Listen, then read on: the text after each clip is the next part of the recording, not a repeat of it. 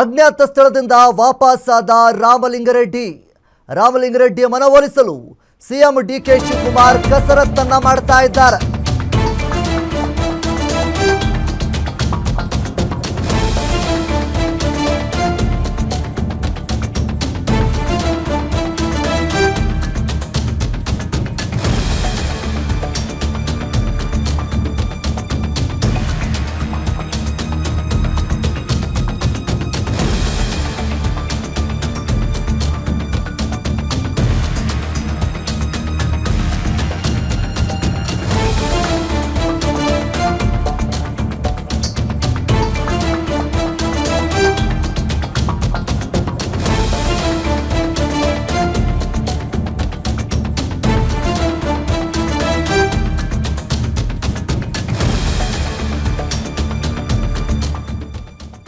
ಇನ್ನು ರಾಮಲಿಂಗಾರೆಡ್ಡಿ ರಾಜ್ಯಕ್ಕೆ ಎಂಟ್ರಿ ಕೊಟ್ಟಿದ್ದಾರೆ. ರಾಮಲಿಂಗಾರೆಡ್ಡಿ ಅವರ ಮನವನ್ನು ಒಲಿಸೋದಕ್ಕೋಸ್ಕರ ಸಿಎಂ ಡಿಕೆ ಶಿವಕುಮಾರ್ ಭಾರಿ ಕಸರತ್ತನ್ನ ನಡೆಸ್ತಾ ಇದ್ದಾರೆ. ಈಗಾಗಲೇ ಖಾಸಗಿ ಹೋಟೆಲ್ನಲ್ಲಿ ಡಿಕೆ ಶಿವಕುಮಾರ್ ಸಂಧಾನ ಸೂತ್ರವನ್ನ ನಡೆಸ್ತಾ ಇದ್ದಾರೆ. ರಾಮಲಿಂಗಾರೆಡ್ಡಿಯನ್ನ ಭೇಟಿಯಾಗಿದ್ದಾರೆ ಸಿಎಂ ಡಿಕೆ ಶಿವಕುಮಾರ್.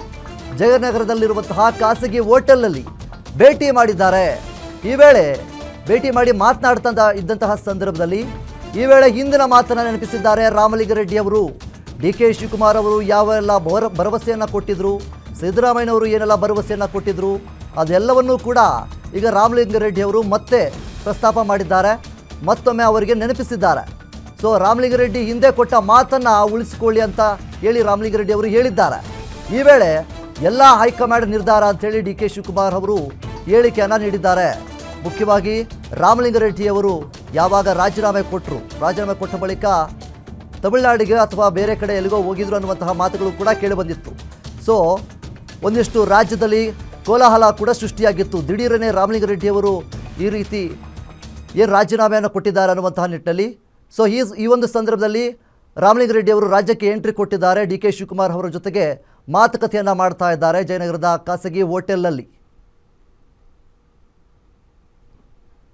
ಇನ್ನು ಇದ್ರ ಬಗ್ಗೆ ಹೆಚ್ಚಿನ ಮಾಹಿತಿಗಳನ್ನು ನೀಡೋದಕ್ಕೆ ನಮ್ಮ ಪ್ರತಿನಿಧಿ ದುರ್ಗೇಶ್ ನಮ್ಮ ಜೊತೆ ಇದ್ದಾರೆ. ದುರ್ಗೇಶ್, ರಾಮಲಿಂಗಾರೆಡ್ಡಿ ಅವರು ದಿಢೀರನೇ ಈಗ ರಾಜ್ಯಕ್ಕೆ ಎಂಟ್ರಿ ಕೊಟ್ಟಿದ್ದಾರೆ. ಡಿ ಕೆ ಶಿವಕುಮಾರ್ ಅವರ ಜೊತೆ ಮಾತುಕತೆಯನ್ನು ಸಹಿತ ಮಾಡ್ತಾ ಇದ್ದಾರಂತೆ. ಹಾಗೆ ಹಿಂದೆ ಕೊಟ್ಟಂತಹ ಭರವಸೆಗಳ ಬಗ್ಗೆ ಮಾತನಾಡ್ತಾ ಇದ್ದಾರೆ. ಡಿ ಕೆ ಶಿವಕುಮಾರ್ ಅವರು ಒಂದು ಕಡೆ ಹೈಕಮಾಂಡ್ ನಿರ್ಧಾರ, ಅಂತಿಮ ನಿರ್ಧಾರ ಅನ್ನುವಂಥ ನಿಟ್ಟಿನಲ್ಲಿ ಹೇಳ್ತಾ ಇದ್ದಾರೆ. ಸೊ ಇದ್ರ ಬಗ್ಗೆ ಇನ್ನೂ ಏನೆಲ್ಲ ಆಗ್ತಾ ಇದೆ? ವಿನೋದ್, ರಾಮಲಿಂಗಾರೆಡ್ಡಿ ಅವರು ಬೆಳಗ್ಗೆ ದಿಢೀರಾಗಿ ಸುದ್ದಿಗೋಷ್ಠಿಯನ್ನು ನಡೆಸಿ ತಮಗೆ ಕೊಟ್ಟಿರುವಂತಹ ಖಾತೆಯ ವಿಚಾರಕ್ಕೆ ಅಸಮಾಧಾನವನ್ನು ವ್ಯಕ್ತಪಡಿಸಿ ರಾಜೀನಾಮೆಯನ್ನ ಘೋಷಣೆ ಮಾಡಿದ್ರು. ಅದಾದ ಬಳಿಕ ಕಾರ್ಯಕರ್ತರು ಒಂದಿಷ್ಟು ಅಸಮಾಧಾನ ಆಕ್ರೋಶವನ್ನು ಹೊರಹಾಕಿದ್ರು.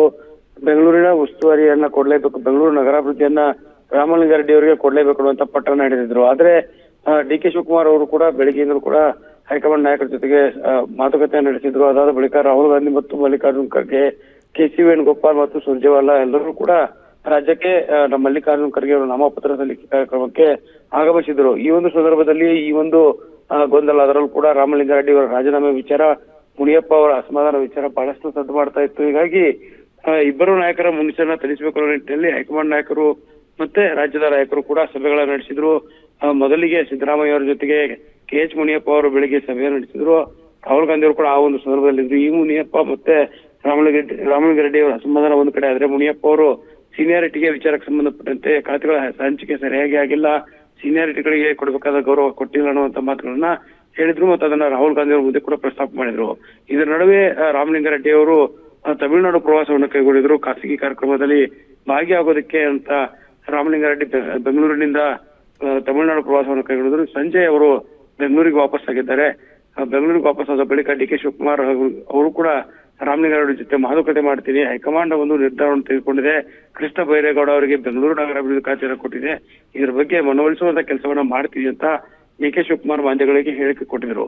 ಅದರಂತೆ ಬೆಂಗಳೂರಿಗೆ ರಾಮಲಿಂಗಾರೆಡ್ಡಿ ಅವರು ವಾಪಸ್ ಆಗ್ತಿದ್ದಂತೆ ಡಿ ಕೆ ಶಿವಕುಮಾರ್ ಅವರು ರಾಮಲಿಂಗಾರೆಡ್ಡಿ ಅವರನ್ನ ಭೇಟಿಯಾಗಿದ್ದಾರೆ. ಅದರಲ್ಲೂ ಕೂಡ ಬೆಂಗಳೂರಿನ ಜಯನಗರದ ಖಾಸಗಿ ಹೋಟೆಲ್ನಲ್ಲಿ ಈಗಾಗಲೇ ಕಳೆದ ಒಂದು ಗಂಟೆಯಿಂದ ರಾಮಲಿಂಗಾರೆಡ್ಡಿ ಅವರ ಮನವೊಲಿಸುವಂತ ಕೆಲಸಕ್ಕೆ ಮುಂದಾಗ್ತಿರುವಂತದ್ದು. ಆದ್ರೆ ಡಿ ಕೆ ಶಿವಕುಮಾರ್ ಅವರು 2023ರಲ್ಲಿ ಅಧಿಕಾರ ಹಂಚಿಕೆ ಸಂದರ್ಭದಲ್ಲಿ ಸಾರಿಗೆ ಇಲಾಖೆಯ ವಹಿಸಬೇಕಾದ ಸಂದರ್ಭದಲ್ಲೂ ಕೂಡ ಒಂದು ಮಾತು ಕೊಟ್ಟಿದ್ರು. ಅದರಲ್ಲೂ ಕೂಡ ಡಿ ಕೆ ಶಿವಕುಮಾರ್ ಮತ್ತು ಡಿ ಕೆ ಸುರೇಶ್ ಇಬ್ಬರು ಕೂಡ ರಾಮಲಿಂಗಾರೆಡ್ಡಿ ಅವರ ನಿವಾಸಕ್ಕೆ ತೆರಳಿ ಮಾತನ್ನ ಕೊಟ್ಟಿದ್ರು. ನಿಮಗೆ ಬೆಂಗಳೂರು ಅಭಿವೃದ್ಧಿ ಖಾತೆಯನ್ನು ನಾನೇ ಬಿಟ್ಕೊಡ್ತೀನಿ ಅಂತ ಮಾತುಗಳನ್ನು ಹೇಳಿದ್ರು. ಆದ್ರೆ ಇದೀಗ ಸಿಎಂ ಆಗಿರುವಂತ ಡಿ ಕೆ ಶಿವಕುಮಾರ್ ಬೆಂಗಳೂರು ಅಭಿವೃದ್ಧಿ ಖಾತೆಯನ್ನ ಬಿಟ್ಕೊಡದೆ ಏನು ಕೃಷ್ಣ ಬೈರೇಗೌಡ ಅವರಿಗೆ ಈ ಒಂದು ಖಾತೆಯನ್ನ ಕೊಟ್ಟಿದ್ದಾರೆ ಅನ್ನುವಂಥದ್ದಿದೆ. ಹೀಗಾಗಿ ಕೃಷ್ಣ ಬೈರೇಗೌಡ ಅವರಿಗೆ ಕೊಟ್ಟಿರೋದಕ್ಕೆ ರಾಮಲಿಂಗಾರೆಡ್ಡಿ ಅವರ ಅಸಮಾಧಾನ ಇದೆ. ಹೀಗಾಗಿ ನನಗೆ ಜಲಸಂಪನ್ಮೂಲ ಖಾತೆ ಕೊಟ್ಟಿರೋದು ಸರಿಯಲ್ಲ. ಡಿ.ಕೆ. ಶಿವಕುಮಾರ್ ಅವರು ನೀವು ಸಿಎಂ ಆಗಿದ್ರಿ, ನೀವು ಶಾಸಕರ ಸಚಿವರಿದ್ದಾಗ ಬೆಂಗಳೂರು ಖಾತೆ ಬಿಟ್ಕೊಡ್ತೀನಿ ಅಂತ ಹೇಳಿದ್ರಿ. ಆದ್ರೆ ಇದೀಗ ಸಿಎಂ ಆಗಿದ್ರಿ, ನೀವೇ ಒಂದು ಹೈಕಮಾಂಡ್ ನಾಯಕರನ್ನ ಮನವೊಲಿಸುವ ಕೆಲಸವನ್ನು ಮಾಡಿ ನನಗೆ ಬೆಂಗಳೂರು ನಗರಾಭಿವೃದ್ಧಿ ಖಾತೆಯನ್ನ ಕೊಡ್ಬೇಕು ಅನ್ನುವಂತ ಪಟ್ಟಣ ಹಿಡಿದಿದ್ದಾರೆ. ಆದ್ರೆ ಹೈಕಮಾಂಡ್ ನಾಯಕರು ನಿರ್ಧಾರ ಮಾಡಿದ್ದನ್ನು ನಾನು ಪ್ರಶ್ನೆ ಮಾಡೋದಕ್ಕೆ ಬರಲ್ಲ ಅನ್ನೋದ್ರ ನಿಟ್ಟಿನಲ್ಲಿ ಡಿ.ಕೆ. ಶಿವಕುಮಾರ್ ಅವರು ಕೂಡ ಮಾತನ್ನ ಹೇಳ್ತಿರುವಂತದ್ದು. ಹೀಗಾಗಿ ಇವತ್ತು ಇಬ್ಬರ ನಡುವಿನ ಮಾತುಕತೆಯಿಂದ ಏನಾದ್ರು ರಾಮಲಿಂಗಾರೆಡ್ಡಿ ಅವರು ಮನವೊಲಿಸಿ ರಾಜೀನಾಮೆಯನ್ನು ವಾಪಸ್ ಪಡಿತಾರೆ ಅನ್ನೋಂಥದ್ದು ಬಹಳ ಕುತೂಹಲ ಮೂಡಿಸ್ತಾ ಇದೆ. ಜೊತೆಗೆ ರಾಮಲಿಂಗಾರೆಡ್ಡಿ ಅವರಿಗೆ ಬೆಂಗಳೂರು ನಗರಾಭಿವೃದ್ಧಿ ಬೇಕೆಂದು ಸಾಕಷ್ಟು ಅಭಿಮಾನಿಗಳು ಮತ್ತು ಕಾರ್ಯಕರ್ತರು ಕೂಡ ಪಟ್ಟಣ ನಡೆದಿದ್ದಾರೆ. ಬೇರೆ ಖಾತೆಗಳನ್ನ ಕೊಡೋದ್ರ ಜೊತೆಗೆ ಬೆಂಗಳೂರು ಅಭಿವೃದ್ಧಿ ಕೊಡ್ಬೇಕು ಅನ್ನುವಂತ ಪಟ್ಟಣ ಹಿಡಿದಿರುವಂತದ್ದು. ಹೀಗಾಗಿ ಸಿಎಂ ಆಗಿರುವಂತಹ ಡಿ.ಕೆ. ಶಿವಕುಮಾರ್ ಇವಾಗ ರಾಮಲಿಂಗಾರೆಡ್ಡಿ ಜೊತೆ ಮಾತುಕತೆ ನಡೆಸಿ ಸಂಧಾನವನ್ನು ಸಫಲ ಮಾಡಿಕೊಂಡು ಅವರಿಗೆ ರಾಜೀನಾಮೆ ವಾಪಸ್ ಪಡೆಯೋದಕ್ಕೆ ಮನವೊಲಿಸ್ತಾರೆ ಅನ್ನೋದನ್ನ ಕಾದು ನೋಡ್ಬೇಕಾಗತ್ತೆ. ಜೊತೆಗೆ ರಾಮಲಿಂಗಾರೆಡ್ಡಿ ಅವರು ಇಷ್ಟೆಲ್ಲ ಆದ್ರೂ ಕೂಡ ಯಾವ ರೀತಿ ಅದನ್ನ ವಾಪಸ್ ಪಡ್ಕೊಂಡು ಮುಂದೆ ಸಚಿವರಾಗ್ತಾರ ಅಥವಾ ಇವ್ರ ಜೊತೆಗೆ ಇದೇ ಪಟ್ಟಣ ಹಿಡ್ಕೊಂಡು ನಾನು ಶಾಸಕನಾಗಿ ಇರ್ತೇನೆ, ಸಚಿವನಾಗಿರೋದಕ್ಕೆ ನಂಗೆ ಇಷ್ಟ ಇಲ್ಲ ಅನ್ನೋಂಥ ಮಾತುಗಳನ್ನ ಹೇಳ್ತಾರೆ ಅನ್ನೋದನ್ನ ಕಾದು ನೋಡ್ಬೇಕಾಗತ್ತೆ Vinod. Okay, thank you Durgesh ನಿಮ್ಮೆಲ್ಲ ಮಾಹಿತಿಗಾಗಿ.